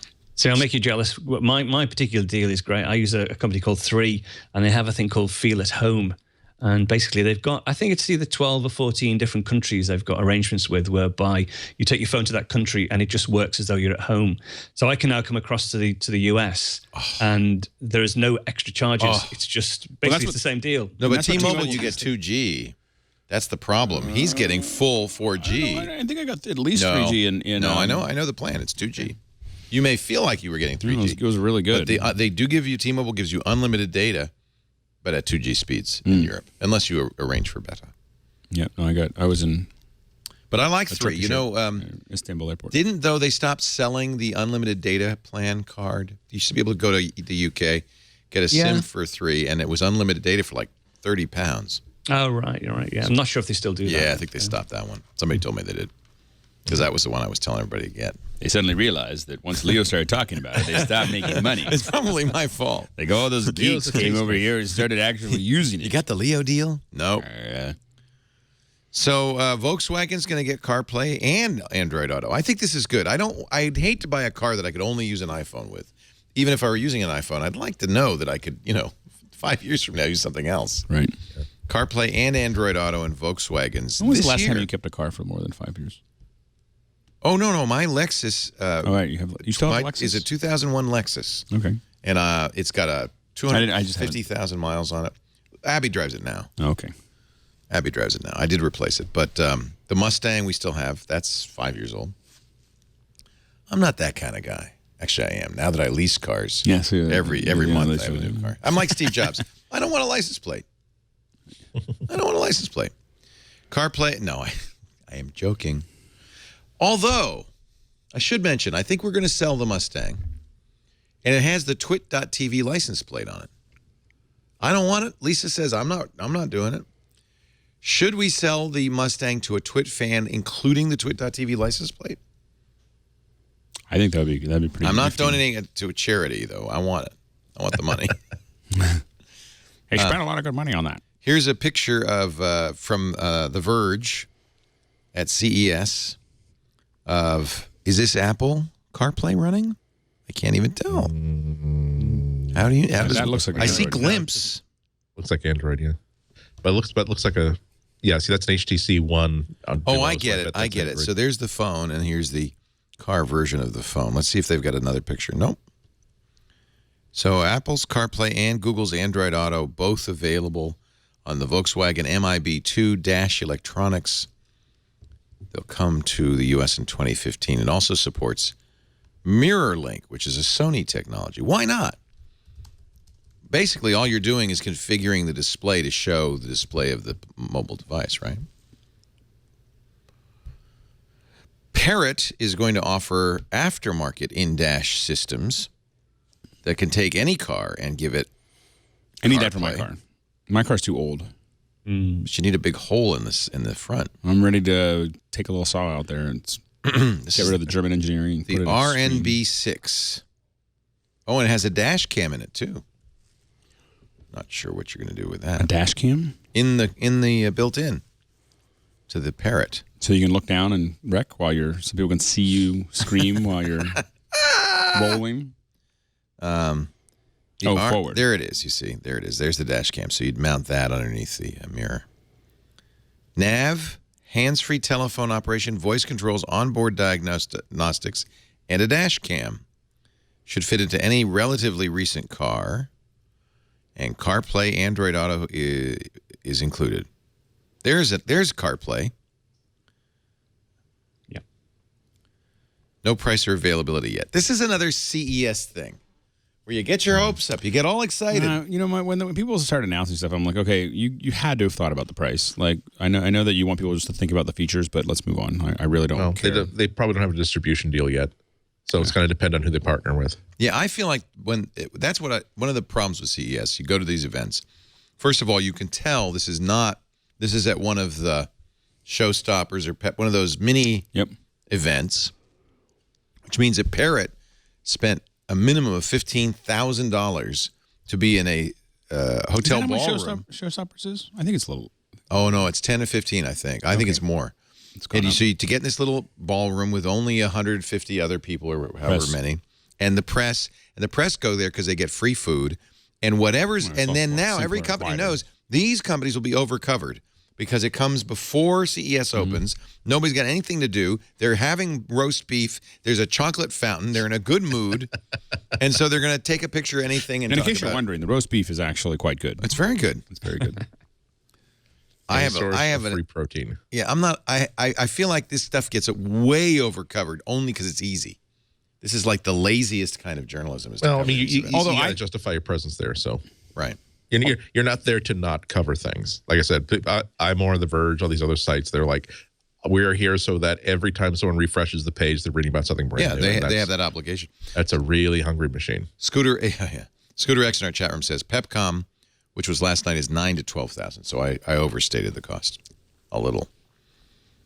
But that in perspective. But look, I mean, here's this big Gizmodo 10 by article 10, about this thing. A booth in actual CES where you're going to get a lot less foot traffic from people that are actually going to write about you is 3 or 4 times that. So it's actually a really good deal. No, I'm not blaming the companies at all. Of course they're going to do this. That's like what I said. This is strategically brilliant. You pay $9,000 or $10,000. I've always thought I would do a conference. If I did a conference, I would want them all to be the little 10 by 10 booths. Right. Just keep everybody kind of on a semi-even keel and let people actually go through it and not have it be these, the circus that. No word if Apple will allow this, but we knew it would happen. A company named TapSense has announced a platform to bring contextual advertising to your Apple Watch. Oh, share joy. Woohoo. I don't know if that's true. Yeah. Actually, Apple may not have a choice on this, right? The only thing I'd say about it is that all of this stuff is inherent. I mean, it's not necessarily inherently bad. It's just that what happens a lot of times is that the people who are giving out those coupons, really aren't thinking about making it a great experience for the user. I mean, they're trying to how much do we have to give up? I used to do a mailing list in the early '90s with actual postcards. For sales that I built this huge mailing list for Sony when I was working for Sony, and I was the only one that had this list, and I could had a little database and everything else that I built in HyperCard, but I could put it all together. But people loved getting those postcards because they were great deals. I pushed it really hard. You have to be 30% off, and it has to be this, or it has to be a whole bunch of things, and people loved getting them. I think a lot of times when we get these stupid ads, well, there's another thing going on. I have a lot more space in my mailbox and on my desktop for postcards and junk mail than I do on a postage stamp size wristwatch. And if you take over the entire face of the watch with an ad, you are not going to win a fan from. I'm not going to be a fan of that. Don't you think that's a little rude? But what if I'm walking to Starbucks, I get in front of Starbucks and it says, "Hey, you can have a free coffee." I'd be like, "I just want to know what time it is." I don't want an ad on my wristwatch. You can have a free eggnog latte. So far, I don't think I've ever seen an ad on Android Wear. I think I'd be perturbed if I did. I think it'd be nice to switch it on and try it, but then have the option to opt out. Right. If it does get too intrusive, just switch it off, or even be able to put certain filters on. Because as Alex says, there are certain ads that can be quite useful, and especially if they're location aware as well, it might be interesting. It might be useful, but as long as they give us the option to opt out. Dr. Mom in the chat room says, generally people who spend $2,000 on a wristwatch aren't really worried about saving a nickel at Starbucks. You'd be surprised. That is not true. Cheapest sons of guns I've ever met are rich people. And how do you think they got rich? Every nickel adds up. We're definitely not rich, but my wife made me take the car back and put gas in it. We rented a car. Yeah. And I was like, I am not going back. It's 2 gallons. I'll just pay the fine. No. I had to go back and I was charge like, you $10 a gallon. No, I paid $7 a gallon. They calculate the delta was $8. I was like, okay, that's anyway, just complaining. Anyway, but the point is that that's why I'll tell you right now, I stopped bending over to pick up anything less than a quarter. I've done the calculations. It's not worth it. But here's the thing: as a country boy, I will pull a quarter out of horse manure before I pick up a quarter in San Francisco. That's all I'm saying. Oh, yuck! It's gross. San Francisco. If you ever lived there, you see what goes on those streets. I have seen what goes on. No, I'm not going to pick up that quarter. Yeah. My son always reaches down to pick up. Why do you think they call it Liverpool? I just want to say. No, I'm sorry, Anton. We actually found out before the show that they call it Liverpool because there's a bird, the liver bird. The liver bird is it's a cormorant, and so that's actually on the shield, the sort of motto of the city. Oh, all right. But so it's Liverpool. We call it Liverpool, but it's the liver bird. So I don't know how. I think originally in years gone by it was Liverpool. It could have been all sorts of things. Yeah. I mean, I mean, the accents and the dialects have changed considerably since then. Right. And there was a pool. I mean, we're a port, and there was a pool of water, so it's probably there was to do with a that. Pool of water once. And what did it get filled in with? And don't pick up a quarter if it's in that pool of water. That's all I can say. Or a Tuppence or whatever it is you guys use. That's been a while. Tuppence. It's not Mary Poppins, I love Tuppence. You guys don't have Tuppences anymore? 2 P's. Do you have shillings? No. Oh, man. You had the farthings best have gone money as in the world, and you probably have dollars and cents now, right? No. Still pounds, shillings, and pence. But Oh, there are. Oh no, we have no. That's what we say: pounds, shillings, and pence. But we don't actually have shillings. There are no We have shillings, just pounds and pence. 5p. Yeah. 5p. 5p's. 10p's. Well, Tuppence was 50p's. 2p, Yeah. but you don't have a Tuppence coin. We don't call it Tuppence anymore. We don't feed many birds. So can I ask, if I came and I said, "Hey, governor, you got a quid?" Would you? Oh, that'd be all right. You know, Yeah, quid quid's is fine. still a word. Yeah, Okay. but quid was never. That's not actual currency. That's slang for a pound. It's a pound, Quid. Yeah. right? Well, while we're on the subject, now, are your chimney sweeps very dancey and singy, or do they just do the job? And is it really good luck to touch them? There's very few around, actually. I remember we did get a chimney sweeping once when I was a kid, but that was the only time I've ever seen a chimney sweep. So that was quite a while ago. But yeah, I'm sure you have Your accent is rather realistic. I've been let down. How did we get here? That's the question. Sorry, I don't know. or Don. Oh, Don McAllister, Screencasts Online. It is a great place to go if you want to learn how to use. You've expanded beyond the Macintosh, haven't you? Oh yeah, for quite a while now. I do 2 shows a week now, a Mac show and also iOS show as well. So that's But no and I do Windows Mac show. No Windows show. No, I've been asked to do them, but it's not the same sort of community. I don't think. I'm not sure whether or not people would be, Yeah, I as think you're right. enthusiastic. Yeah, it's a different sort of vibe, Even today, I think that is one of the real assets is not OS 10 or iOS 8 or the hardware. It's the people. Mm-hmm. There's something about Mac users. Yeah. You know? And We're people the are, crazy ones. people are enthusiastic to learn more about how to make the most of it, which is Am I the only one that doesn't feel? It feels like you can walk up to someone with a Mac at an airport and start talking to them. It's like Totally. like you, but you have to, you have your iPhone open or something, and you start chatting. Can you with them get before you know airport working? Because I can't get any access to any base stations ever since I upgraded. Yep. Did you read that article from 2 days ago? And we all have. That's the crazy We're the part. misfits. Right. We're the rebels. No, it's there's a time when we have to acknowledge that every single TV star on TV is using an Apple product. That we see them. No, everywhere in every coffee Andy, shop. we're the minority. We're a tiny little sliver of rebels. We're like those pathetic people in politics who own 80% of all the power, and the minute you try to say, "Hey, how about you make the Christmas tree 70 feet instead of 80 feet?" Oh my God, we're being attacked. Our rights. We're a beleaguered people. We're not fond of rules. We just don't want to acknowledge that the company that we give money to is one of the most successful tech companies in the entire world. We have that can no start- respect that can for the start- status starting quo. Tomorrow, Keep Apple your could halfpennies, literally tuppence, and put a quid. paving stone in every single box that they ship. They could do that for 2 years, and they could still last for 10 years after that. You can quote us, disagree with us, glorify us, or vilify us, but you can't ignore us. Don't call us successful. We hate that. And we like to listen to alternative rock like Taylor Swift. Yeah. And you too. And you God, too. I love you Exactly. too. Someday, you guys, you're going to discover you too, and it's going to change your life. Young band right out of Ireland. I think you're going to. We're old enough that we can still remember when it was alternative. They were hip. Many moons ago. Let's take a break. Your picks, my friends, coming up. Don McAllister, Alex Lindsay, Mr. Andrew Ihnatko. Renee, as we mentioned, is stuck. Poor guy at CES, where there are no Apple. Although, wait a minute.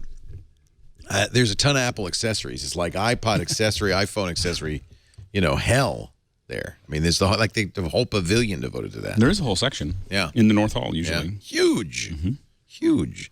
Our show today brought to you by FreshBooks. If you are one of the crazy ones, one of the artists, one of the creators, one of the special people who have your own business, and you know what I'm talking about, the worst time of the month, the end of the month when you have to do those invoices. I hated invoicing so much. I had to fire up Microsoft Word or Excel or something and print them out and put them in an envelope, get stamps, mail them. I would put it off for months and not get paid as a result for months. Not anymore. I found FreshBooks. Actually, in 2004, I was working in Toronto. Amber told me about them. Great company. They just started up. The easiest way to create professional-looking invoices in minutes, you email them. They can mail them, but you know what? Your clients actually like the email because there's a big pay me button in there. And the FreshBooks will let them pay with their credit cards or a variety of online payment solutions. Makes it very easy. That's one of the reasons FreshBooks users get paid an average of 5 days faster. And if you do have one of those late pays, you don't have the embarrassing phone call or email. FreshBooks automatic reminders will help you get paid faster and stay worry-free. Plus, they've got great mobile apps that let you track time and hours, let you take photos of receipts so you can keep your expenses in one place, instantly access complete financial reports. I love FreshBooks, and it connects, by the way, if you're using a Mac, with the third-party app Chronomate.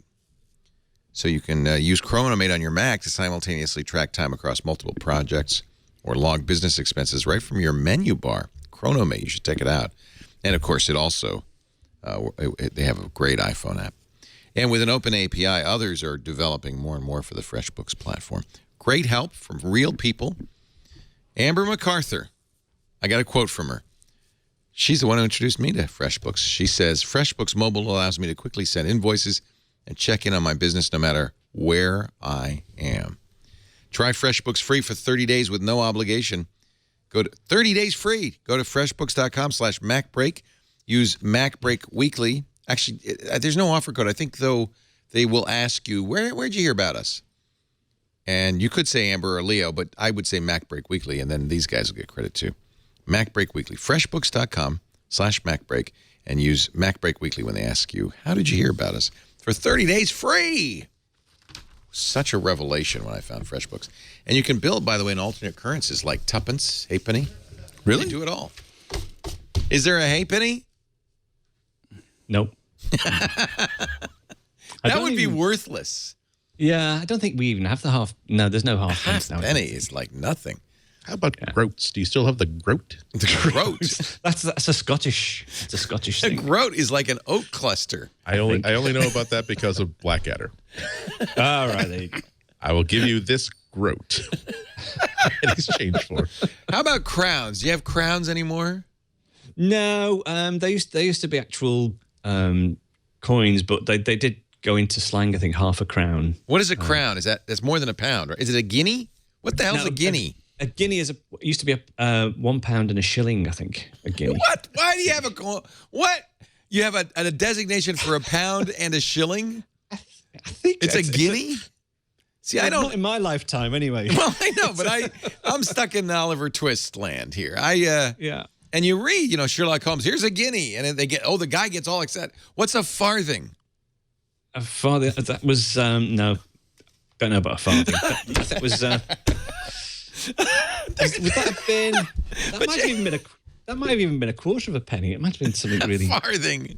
Yeah. Is there like a cartoon thought balloon above Don's hand that says, "Oh my God, Americans are all idiots"? They're so stupid. Why is he asking They're me so this stupid. We have politics, we have culture, we have All they industry, want to know we about have is technology. guineas and farthings. Next, they're going to ask us what we call elevators. What do they call shoes over there? They call them shoes, or they call them something else? Santa Claus, does he leave candy in the shoe by the fireplace? Is that how that works? All right, I'm sorry, Don. I hate to do this to you. A farthing is a quarter of a penny. Possibly. I'm not That's sure. what the chat room tells tells me. Anymore, anyway. Yeah. Oh, right, there you go. Yeah. Got it right. Quarter of a penny. So you got a halfpenny and a farthing. Yeah. That's okay. That tells you how old these novels I'm reading are, because that's considered worth something. Mm. And why do you use the letter D to symbol a penny? Yeah. Yeah. You're looking at me like, I don't know. I have no idea what you're talking about. I'm just having fun with Don. I love Don. I don't even understand. Don and what Barbara are great. We went to China together. Had so much fun going down. Remember that in where was that? The river that we went down. Oh, was it Guilin? Guilin, yeah. Yeah, with the rafting and and the guys with the cormorants that would do the fishing. Maybe those were livers. They do the fishing, they swallow the fish, but they've got the necks tied so the fish don't go all the way down. This is the weirdest thing. We saw this. There's a raft in the river, and we're going by, and it's not for tourists. They still do this. And the guy's got a basket. He's on a raft. He's got these birds, and he's got a big, long stick. And the birds go out. They catch fish, and they try to swallow them, but they won't go down because their necks are wired. The guy takes the stick, grabs the bird, brings it back, makes him shakes his head till the fish comes out in the basket, and then puts it back in the water, and the stupid bird does it again and again and again and again. This is how they fish. That's what I call putting some birds to work. Remember that, Don? What it's like to work. Oh yeah, at yeah. Amazon Barbara wasn't too Fulfillment happy Center. about that. With I the, am. With the I am. wires. But Well, they did take the wires off, didn't they, and feed them. At the end, they get a little fish at the end. Yes. No, but they've been doing it. You know what? For probably millennia that way. That's right. And they had the little rapids that we were on the raft. And Yeah, it was so fun. Yeah, it was little good. waterfalls. Oh man, was that fun! I will never forget. And Henry, my son, who was there with us. That's right. As you well remember. Yeah, attracting all the young Chinese girls. ladies. Yes. So when we were in Beijing, the girls come in from the countryside, so they're kind of wide-eyed as we were in the big city, and they see Henry, who is tall, good-looking, and blonde, very athletic, and they all started posing with him for pictures. Exotic foreigner. Yeah, It's an American. they all do this. It's a peace sign. Yeah, Very big. exciting to be the exotic foreigner. Yeah. Then they asked him, "How much is a farthing in your land?" And Ihnatko, your pick of the week. My pick is one of my favorite apps in the entire world. It's by Indio. It's called iDraw, and it's available for both the Mac and the iPad. I was over the past couple of weeks, I've been having to do some design stuff. And what I love about iDraw is that it's like having Adobe Illustrator or Photoshop or any of these things, only it doesn't assume you've spent the past year and a half of your life learning how to use Photoshop and Adobe Illustrator. It is a vector illustration graphics program. But if you want to do things that are just simple, I want to bang out a sign to put on my door for Christmas visitors, or I just want to design like a mock-up of a book cover, or I want to I'm doing a presentation and I need to create an illustration of a simple idea, you can knock these things out in about 5 minutes in iDraw, where Photoshop would, where Illustrator would be saying, now, what kind of paper stock will you be printing this on? And are you going to be using CMYK? Are you going to use RGB? It's like, I just want to draw a car with a horse inside it. And that's all I need right now. This is really cool. Yeah, and one of the signature things about it is that I've never ever gotten the hang of Bezier curves, and I've been using Illustrator since 1.0. I still just don't instinctively grab the handle at the right place to make the curve go where I want to go. In iDraw, you simply draw the line that you want to happen. And then it will simply connect the dots in a very reliable fashion, and then you just simply move whatever control points result in a non-Bezier way that just simply match that to whatever you want it to be. And I know Illustrator also has a draw line, and it'll sort of it'll trace that line too, but it's never as simple as it is in iDraw. Like I said, it really is. It'll get you 97% of the way that you would get if you did it with Illustrator. But with Illustrator, it's for professional graphic artists who can bill 3 days on an illustration. iDraw is for people who just want to create an illustration, or a sign, or a label, or anything, and they don't want to spend $500 to get it. They don't want to spend 3 days, and they just want this thing to be done. It's $25 for the desktop version. It's $9 for the $9. Yeah, $9. It's $9 for the iOS version. Complete file compatibility. It supports layers. It supports everything. And it's, like I said, it's almost a no-brainer amount of money to spend to have this thing on your MacBook that will just solve most of the graphic problems you might have. It's funny because this was one of the earliest programs on the Mac was MacDraw. Yeah, and I was such a ninja with MacDraw. I mean, I would. It was draw also posters vector, right? It was also vector, and that's the thing that I like about it, because I thought that MacDraw had this beautiful thing where just draw like a jagged outline of the shape you want, and then tell it to smooth that out, and then you can just modify it as you to get it exactly the way you want it. Whereas Bezier was like, no, start your control point. No, pull option. No, you pull too far. You pull. Okay, now you've looped the thing. Now delete that control point. I know, and every modify. time. Exactly. It's like, how about if I just I just vaguely tell you what I want, you show me what you think I said, and then you let me change it to what I really meant. Right. That's easy as pie. And whereas MacDraw was fun to draw in. Again, I used to, for the user group meetings at the Boston Computer Society, I used to make big posters. I used to do T-shirt designs in MacDraw, and we're not talking about jagged little squares and rounded rectangles. We're talking about, oh wow, this is beautiful illustration. You must be an expert. I'm an expert, but not other things that the experts use, unfortunately. Mr. Don McAllister, Screencasts Online. What do you got for us today? Right, I've got two quick ones. First one is a piece of software called, and I'm sure we've mentioned it before, but Switch ResX. It's a great application. I use it pretty much every day because I'm constantly changing my monitor resolutions to do various screencasts and things. It's a great utility that allows you to switch your monitor into any of its supported resolutions very quickly, or create custom resolutions. And this is especially useful now as people are getting more and more the high DPI monitors. You can actually go into Switch ResX and you'll get a whole host of 20 or 30 different resolutions that your monitor will support, so you can create your own custom ones as well. The reason I mention this as well is that I recently got a 4K monitor, and the Mac Pro, it wasn't fully supported, and the developer actually went onto the forum. There was quite a few of us sort of complaining that we couldn't get the proper resolutions, and the guy actually spent a day creating a special configuration file that enabled the monitor to work. But the thing is, he did it independently. He didn't need Switch ResX to use it, which I thought was a really nice gesture for him. So just a bit of karma back to him, That's when I found this too, is when I got the 4K display, and I wanted to see what dot for dot would look like, and Apple doesn't let you do that. And when you see it, it's like, oh, I guess I won't be using that. Yeah. Well, I've been using it for years because I record in standard resolution. Oh, you need to. Yeah, 1280 by 720, or I'm currently doing 1080p ones now. And some of the monitors originally didn't support that, so I had to use an application like Switch ResX to flip the monitor into those resolutions. It's free, right? No, I think it's about 14 euros, something like that. Yeah, 14 euros. So cool.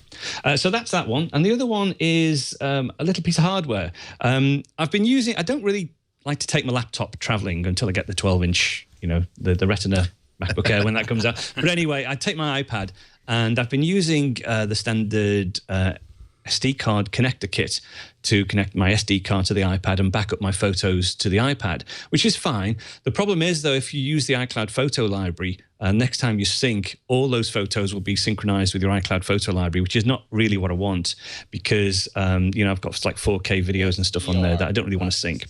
So what I've got is this little device here, which is the My Passport wireless hard disk, which actually has an SD card slot.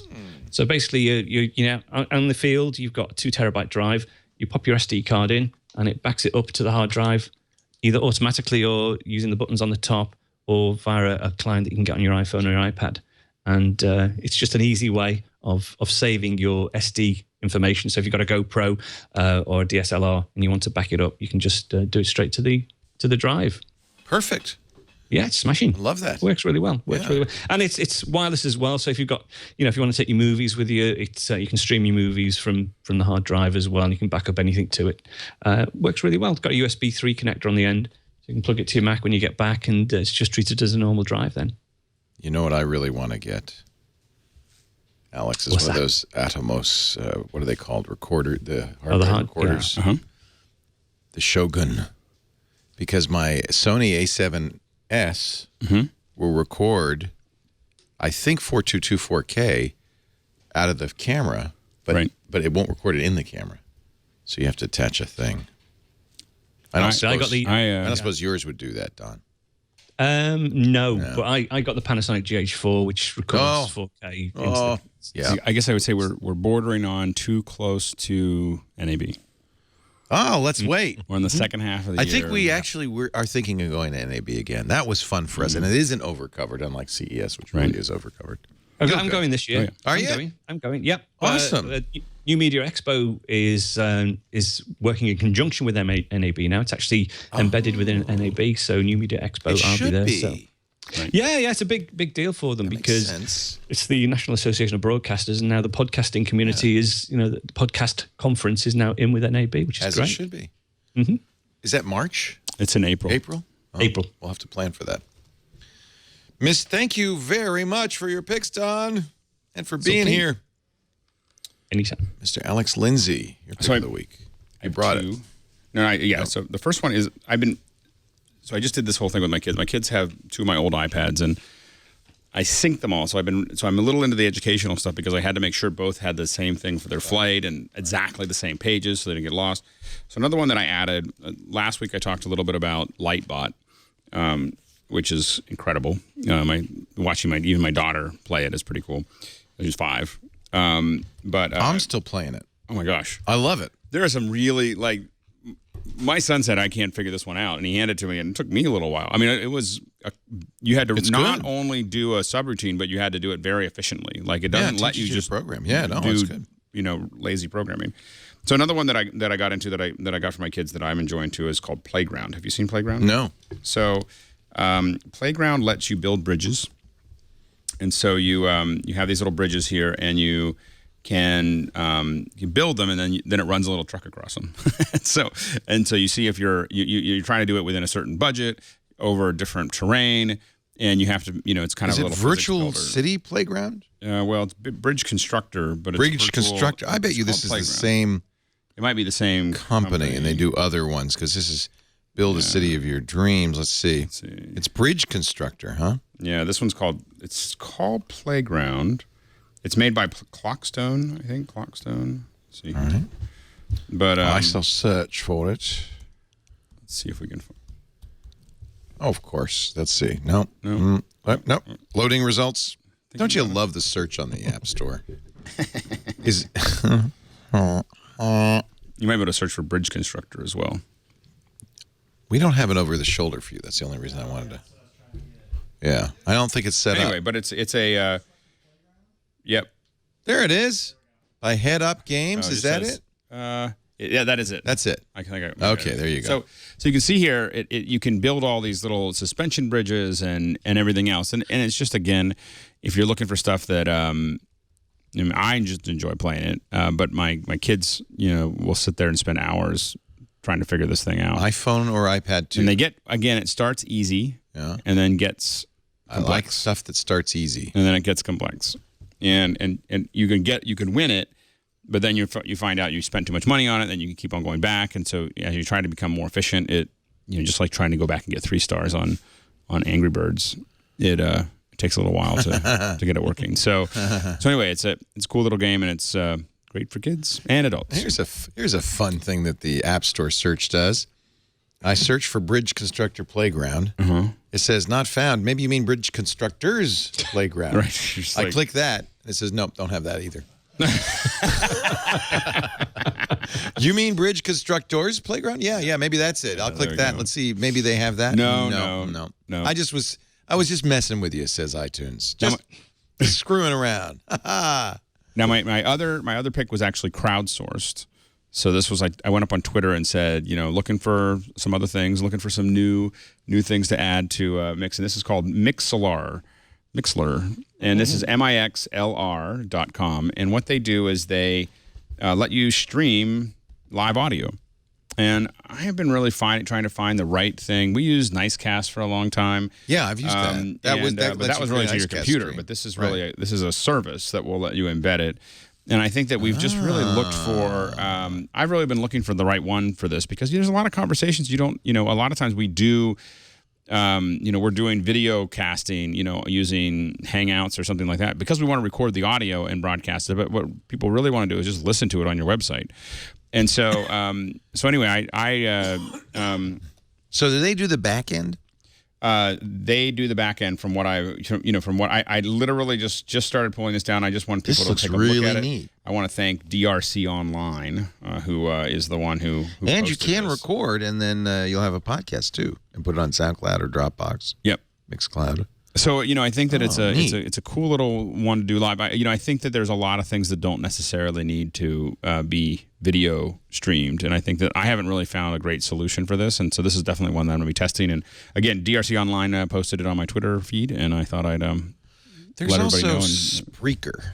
Spreaker? Are you familiar with Spreaker? I'm not familiar with Spreaker. Not the greatest name, but the idea is similar, which is that you can create your own live thing, and it also makes a podcast out of it, right. Which it'll store on SoundCloud. And I've used Spreaker a little bit, just playing with it. But this looks good too. I'm gonna try both of these. Yep. Because I'm figuring someday I'll retire. I won't have the beautiful studio, all the staff. It'll just be me and a boy and his computer. Well, yeah, and I think that sometimes you look at this, and there's a lot of times when I don't want a video cast that I would have done an audio cast. Yeah. I'm not well lit. I feel like I just want to turn it on sometimes, right? Yep, exactly. And this will work from mobile and from your computer. So I'm going to channel Renee Ritchie. When we had our host dinner, and that was a lot of fun. Although the worst food ever, Andy, you did not miss a thing. Except for the good conversation. The conversation was fabulous. I'm glad I opted for the cash equivalent. Yeah, which was about $3.50. A couple of tuppences and a farthing. That's a Marie Callender frozen chicken pot pie. That's tasty. Yeah, we would have been better off at Marie Callender's. And we thought, oh, it'll be fun. We'll go to the Washoe House, which is this like Petaluma landmark. It used to be the old stagecoach stop in the 1850s, and we thought, oh, this will be really fun. But apparently, the mashed peas and carrots were from the 1850s. But don't worry, we're going to save them and use them again next year. It was just horrible. However, it was so great, and I put some pictures up on Flickr, to see in person all these hosts. And Renee Ritchie was there, and one of the things he showed me while he was there, and so this would be his pick if he were here, is Crossy Roads. Have you guys played Crossy Roads yet? Yep. Is this the... it's Frogger meets Minecraft. It's like an 8-bit Frogger. So it's not so hard. It's like Frogger meets Qbert. Yeah. Because you're hopping. Oh, look how fast. Oh, whoa. I got squished by the cab. So the idea is you're just crossing the road, basically. It's free. There are in-apps purchases, which are mostly just characters. So I don't know. I think you could just play free for a long time. The idea is to collect coins. And it's just like Frogger, Qbert, kind of all of the same. Oh, God. Oh, whoa, whoa. It's surprising. It's also got a little Flappy Bird in there. Right. Right? And then you get a free gift. The free gift is, Road. let's see, is it coins? Yeah, I got some coins. Oh, that's good because I like the free gifts because then I don't want a notification. Now I can win a prize, spend those coins, pull the lever, and get a new character. Give me the horse, give me the horse, give me the horse, give me the horse. Poopy Pigeon. Okay, so now I'll be hopping with that pigeon. This is a very addictive and a lot of fun. Frogger. It's Frogger, 8-bit Frogger. It's exactly the same game, isn't it? Yep. Yeah. It's like if... Oh, he's making sounds. I'm getting rid of him. Exactly what the future would have been envisioned like in like 1983. Yeah. Where they couldn't envision like a game like Assassin's Creed, but they can imagine how about Frogger only it's in 3D. Yeah, exactly. Now I've killed my poopy pigeon, which I don't really mind. So I'm going to go with the winged horse. It is. It's exactly. See how 3D that is? Whoa, I don't know what's going on here. A lot of blood. Stuff's coming out of it. It's a dragon. It's a fire-breathing dragon. Can I run across? Whoa. Whoa. Let's get that coin now. Hey, I'm doing good. Don't distract me here. I know we're trying to do a show, but I'm doing... Oh, truck got me. Now, see, I have to buy the dragon. That's how they get you. You got used to it. See how cool that was? Wouldn't you like to breathe fire? $1. Crossy Roads. It's free, but it's a little addictive, I should warn you. Hey, so great to see you again, Don McAllister. Thank you for being here. What would you like to plug? Screencast Online, of course. Yeah, just go across to screencastonline.com, get all my tutorials, or visit the newsstand and have a look at Screencast Online Monthly, my monthly magazine. Love that. And that's in the newsstand on iOS. It is. It is. It's free to members, or people can just subscribe to the magazine separately in newsstand if they want. And it's got the previous month's worth of tutorials, plus articles from David Sparks and lots of other different people. You do great stuff. You work so hard at this, and I'm really glad it's going well for you. That's so great. It's good. It's 9 years now. I know you and I have been. We're like we've been around just for ages. It'll be 10 years in April for Twit. Oh, and right. And I knock on wood, people still seem to like it. Yeah. Isn't that nice? Definitely knock on wood. Yeah. No, it is good. It's good. You can work at home. Still working hard. Still working too hard. It's hard work. It is, but it's enjoyable, and you're working for yourself as well. So right. Isn't that nice? Good. Yeah. Mm-hmm. Alex, Lindsay, and I always say it sort of supports my gadget addiction as well. Well, that's the thing. That's exactly why I got into this in 1978 or 79, because it was so expensive to buy, floppy disk drives, that I said I'm gonna have to write to support my habit, and it never stopped. That's how I got into music. Yeah. Yeah, I worked at a radio station just so I get records and cocaine. Yeah. Wait a minute. Where's the I missed the cocaine part. Oh, come All I got on. were the records. Come on, you were a music director. You know, the album would come and be open it up, and oh, look, there's something in here. What did you spill? Some? Oh, Mine usually came with whiskey. That's why. That's why I left the music industry, because I was pickling my liver. liver candy. Alex, Lindsay, what do you have to plug? Just follow me on Twitter. Alex Lindsay is all one word. That's usually the best place to find me. Nice. And we've got some fun stuff. I think we're threatening now to do to TWIM. I think we're going to bring back. This Week in Media was great. Is Daisy going to do it again, or no? I'm going to do it. You're going to do it. Yep. So the really loved This Week in Media. Yeah. So I think that we're going to bring it back in. So follow me, and I'll let you know when we're going to build it around interactive kind of question and answer type of thing. So it should be fun. I love it. Mr. Andy Ihnatko, he's at the Chicago Sun-Times, an ink-stained wretch, but he's still one of us. Traditional, analog, classical, hand-tooled, artisanal journalistic processes. He believes in slow journalism, the old-fashioned kind. The stuff that I write, if you're replacing the linoleum in your kitchen, you can use underneath the linoleum. Try to do that with iPads. You'll wind up with a very crunchy and expensive floor. Great to have you, all three of you. Thank you so much for being here. Renee will be back next week with Tales of CES. We do this show every Tuesday, 11 a.m. Pacific, 2 p.m. Eastern Time, 1900 UTC, on live.twit.tv. If you can't watch live on-demand audio and video of all of our shows, it's always available after the fact at the website. In this case, twit.tv/MBW, or on, their podcast apps of all the different kinds. And there are even dedicated Twit apps, thanks to our great third-party developers. We appreciate that, guys. Thanks for joining us. Now back to work, because you know what? Break time is over.